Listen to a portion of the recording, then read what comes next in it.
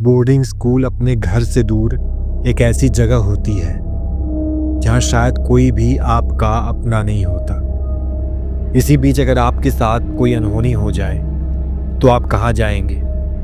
हमारी आज की कहानी भी एक बोर्डिंग स्कूल में हुई एक ऐसी ही सच्ची घटना के बारे में है।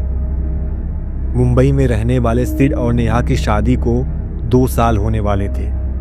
वो पहली बार तब मिले थे जब दोनों क्लास 11th में थे और शिमला के एक बोर्डिंग स्कूल में पढ़ रहे थे। दोनों को तभी एक दूसरे से प्यार हो गया और तभी से वो दोनों एक साथ थे। अब करीब 10 साल बाद वो अपने स्कूल रीयूनियन के लिए वापस अपने पुराने बोर्डिंग स्कूल जा रहे थे, लेकिन उन्हें नहीं पता था कि इस बार कौन सा बुरा साया उनका इंतज़ार कर रहा है। स्कूल पहुंचते ही सिड और नेहा का स्वागत स्कूल के सीनियर्स ने किया और उन्हें ग्रीट करके वो उन्हें ऑडिटोरियम तक ले गए, जहां प्रिंसिपल ने सभी एलुमनाई का वेलकम किया और पार्टी शुरू करने का ऑर्डर दिया।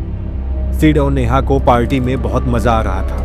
उन्होंने खूब डांस किया और ढेर सारी पिक्चर्स क्लिक की। नेहा डांस करते करते थोड़ी थक गई, तो इसीलिए वो साइड में आकर एक चेयर पर बैठ गई और सभी को एंजॉय करते हुए देखने लगी। तभी उसकी नज़र भीड़ के पीछे खड़े एक लड़के पर गई जो कि उसी को देख रहा था। उस लड़के का हुलिया काफ़ी अजीब था।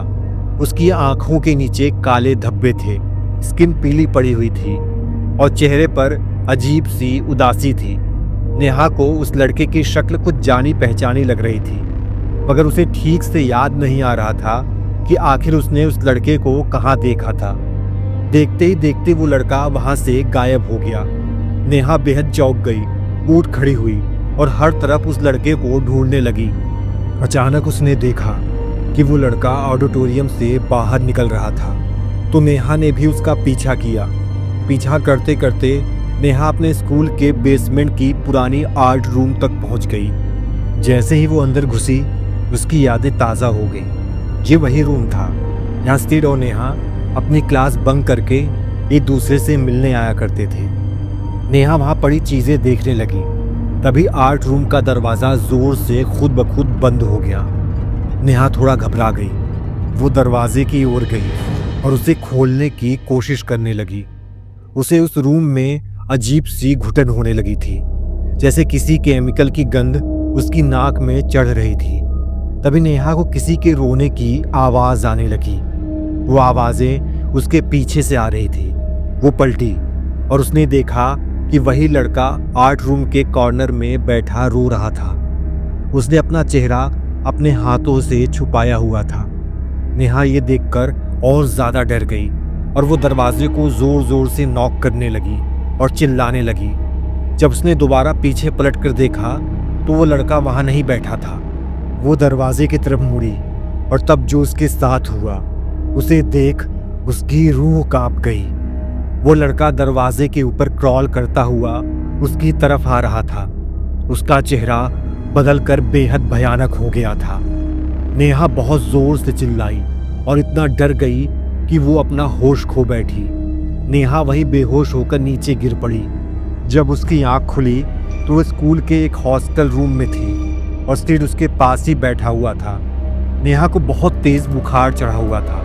वो अचानक से उठी और हड़बड़ी में जो भी उसके साथ उस रूम में हुआ था वो सब सिड को बताने लगी। सिड ने उससे कहा कि वो ये सब न सोचे और बस रेस्ट करे। इसके बाद सिड नेहा के लिए डिनर ले आया और उसे खाना खिलाकर सुला दिया। नेहा के सोने के बाद सिड वॉशरूम की तरफ जाने लगा। वो कॉरिडोर से गुजर ही रहा था कि अचानक उस कॉरिडोर की लाइट जलने बुझने लगी। वो एक पल के लिए वहीं ठहर गया और लाइट की तरफ देखने लगा। फिर वो उसे इग्नोर कर वॉशरूम में चला गया। वॉशरूम में सिड को ऐसा लगा जैसे उसके अलावा भी वहाँ कोई मौजूद था।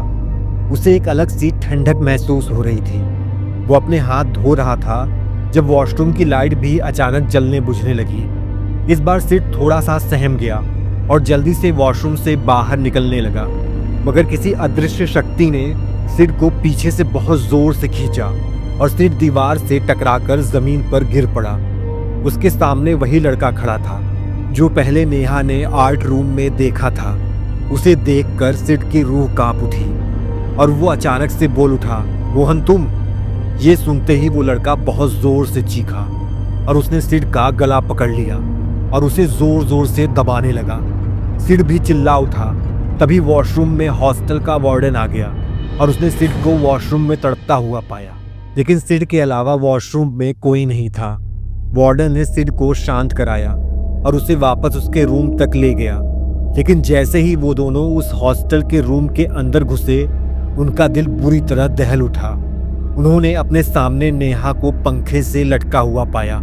ये देखकर सिड बुरी तरह चिल्लाया और रोने लगा, मगर वार्डन ने जल्दी से नेहा की टांगें पकड़ी और उसे पंखे से नीचे उतार लिया। उसकी सांसें अभी भी चल रही थी। इसके बाद नेहा को हॉस्पिटल में एडमिट करा दिया गया, जहां वो 4 दिन तक रही और फिर होश में आई। नेहा के ठीक होने के बाद सिड ने उसे बताया कि उसने उसी लड़के को वॉशरूम में देखा था जिसकी बात नेहा कर रही थी। सिड को वो लड़का अच्छे से याद था। उसने नेहा को याद दिलाया कि जब वो दोनों 11th क्लास में थे तब मोहन सिड का बेस्ट फ्रेंड हुआ करता था। नेहा स्कूल में नई नई आई थी। सिड और मोहन दोनों ही नेहा को बहुत पसंद करते थे और इसी वजह से सिड और मोहन की दोस्ती टूट गई थी।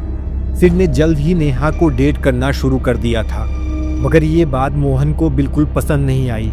एक साइको जैसे वो नेहा को स्टॉक करने लगा था, सिड से हाथापाई के बहाने ढूंढता था। जब ये सब करने के बाद भी नेहा ने उस पर ध्यान नहीं दिया तो एक दिन मोहन ने अपने हॉस्टल के कमरे में पंखे से लटक कर अपनी जान दे दी। इस हादसे के बाद सिड और नेहा हॉस्पिटल से ही मुंबई लौट आए, मगर आज भी नेहा को रोज रात को उस लड़के की भयानक शक्ल के सपने आते हैं।